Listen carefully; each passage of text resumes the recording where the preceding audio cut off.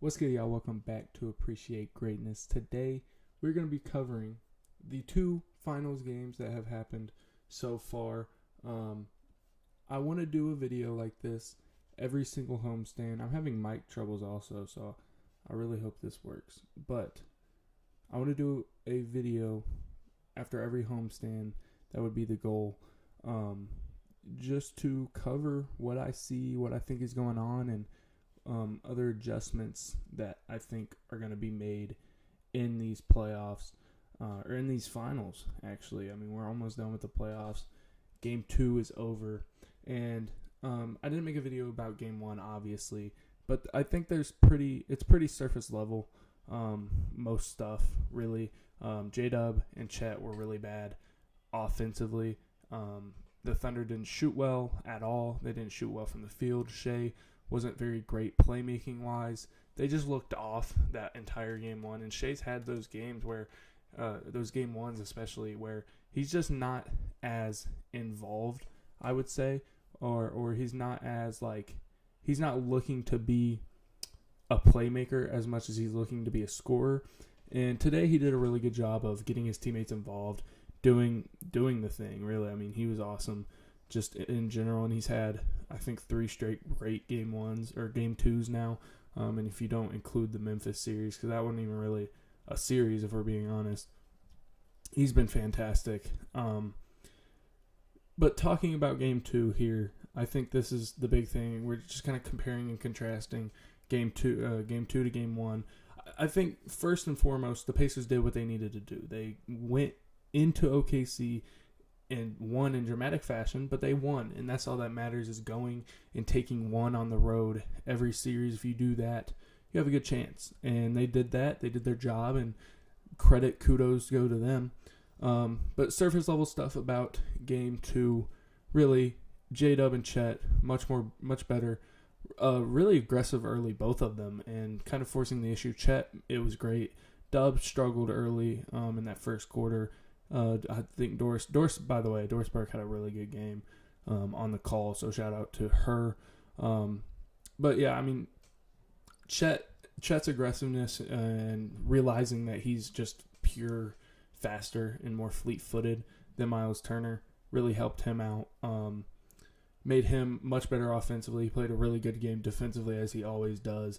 And I think just Caruso and Wiggins coming out and making threes, that really helped things. And I think the Thunder just kept looking for them. If they can get a guy hot, I think that the Thunder are so hard to stop because Shea's pretty much going to dominate, especially from here on out.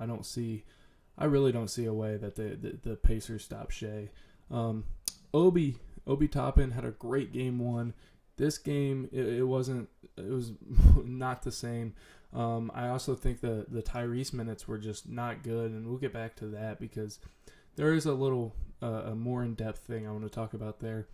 And then before both teams put their bench units in, the Thunder were 13 for 35 from 3, and the Pacers were 13 for 37.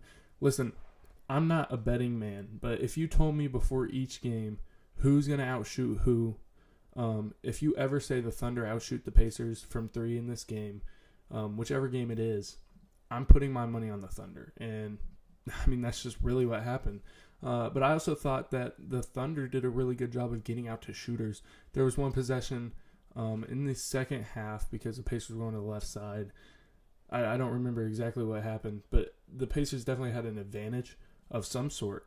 Dub was on the opposite block of where the ball went to in the corner, and he got all the way out, made a play on, didn't even make a play on the ball, just closed out, and it slowed down a really good opportunity for the Pacers to get a corner 3, which they don't miss corner 3s. They also, I felt like, did a great job of shutting those off as well. The 2 big lineup was awesome. It was awesome today. Isaiah Hartenstein, in my preview for the finals, I said that Isaiah Hartenstein wouldn't be able to play in these finals or would get played off the court, or you just couldn't play him too much, like play him to be physical, grab some rebounds, offensive rebounds, maybe hit the floater once or twice, set some screens for Shea, and then get out. But he has been close to elite. He's been close to the Thunder's, fourth, fourth best player. The on the glass, the impact he's making, defensively even, he's been really, really great. Obviously, there have been times where, you get the Miles Turner little pop-in shot from the mid-range or even the three where that Isaiah Hartenstein really can't do much about or can't really guard that too. That's not like in his real like wheelhouse defensively. That's more of a Chet job.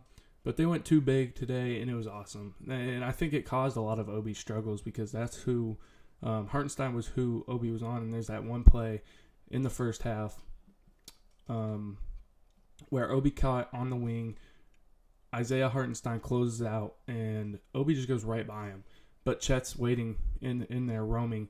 And another thing is the rotations from the Thunder were on point. There were a lot of times.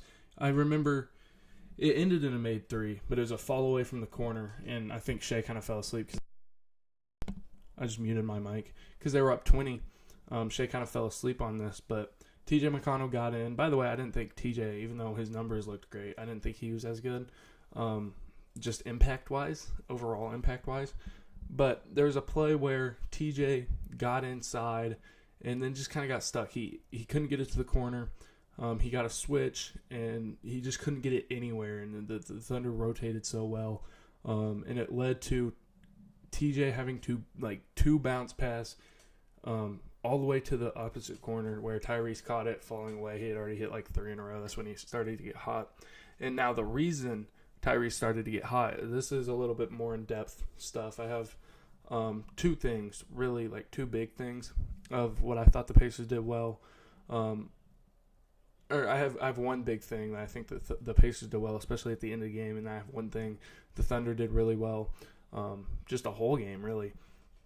They got running starts for Hallie in Game 1 a lot, and others. They had Nembhard, I remember, coming off of them, but they would just, you could almost throw the ball into Miles Turner and just go if you're Hallie or Nembhard.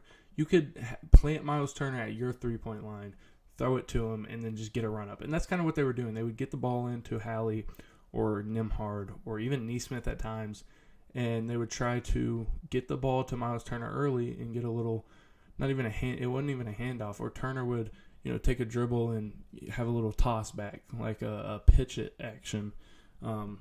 That's where they would go to.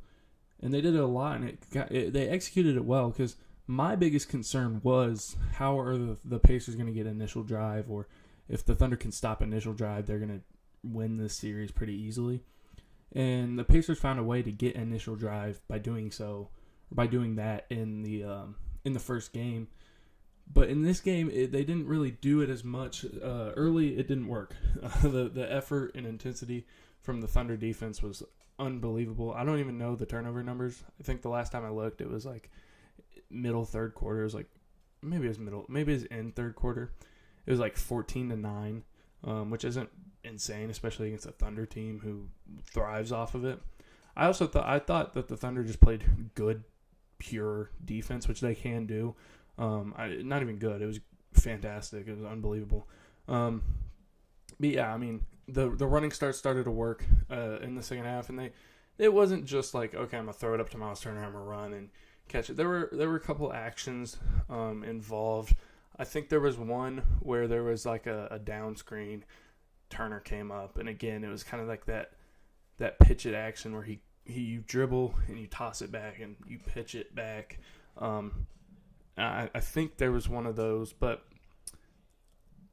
that's something they're going to have to figure out. Again, if they don't get initial drive and the Thunder stop initial drive, they're in trouble. And then my biggest takeaway really from this game was Shea figuring out the Pacers jump switching. And what a jump switch is. So imagine Shea's playing one-on-one on the right wing, and you have a guy, and the Thunder are pretty spaced out, right? So you have a guy left wing. Aaron Nesmith is guarding said guy on this left wing, and he is playing gapped up. Shea gets by Andrew Nembhard or whoever is guarding. We'll say Nembhard or Ben Shepherd. He gets by Ben Shepherd a little more than Nembhard. I don't want Nembhard to catch a stray. He gets by Ben Shepherd, and Now Neesmith is going to take it, and that's called a jump switch. And I mean, I guess you jump switch and then peel switch. Jump switch with Neesmith and peel switch with Ben Shepherd.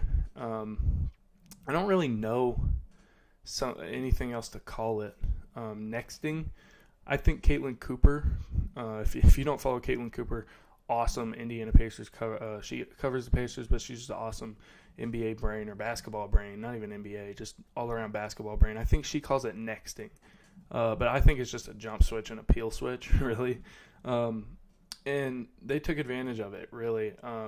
Just doing a few different things. Shea's really good when you're stable-footed, when you're flat-footed at just attacking you. So he went hard a couple times where he almost used it as it was drop coverage in a pick and roll, which I thought was really awesome. He also had a time where he just put the guy in jail, whoever it was that he got by, put him in jail. There was the other time where there was a miscommunication, and it was the same kind of thing. Nembhard was on his back. I don't remember. I don't know if it was Neesmith or who was guarding Aaron Wiggins, but that wide open Aaron Wiggins three he hit from the left wing in the third quarter, I want to say, that was off a peel or a jump switch. So I thought Shea and the Thunder as a whole did a much better job against the peel switch or the jump switch. But again, in the end, the Pacers did their job. They're going back home. I really hope the audio is good. That's what I've been watching this whole time, just go back and forth. It's gotten in the red a couple times. I'll put it in something and see what it does. But I hope y'all enjoyed this video. If you did, please leave a like and subscribe. I'll be covering, I know the next game's Wednesday, so I'm assuming Saturday I'll have a new video out about the finals. I'll probably drop a mock draft video at some point.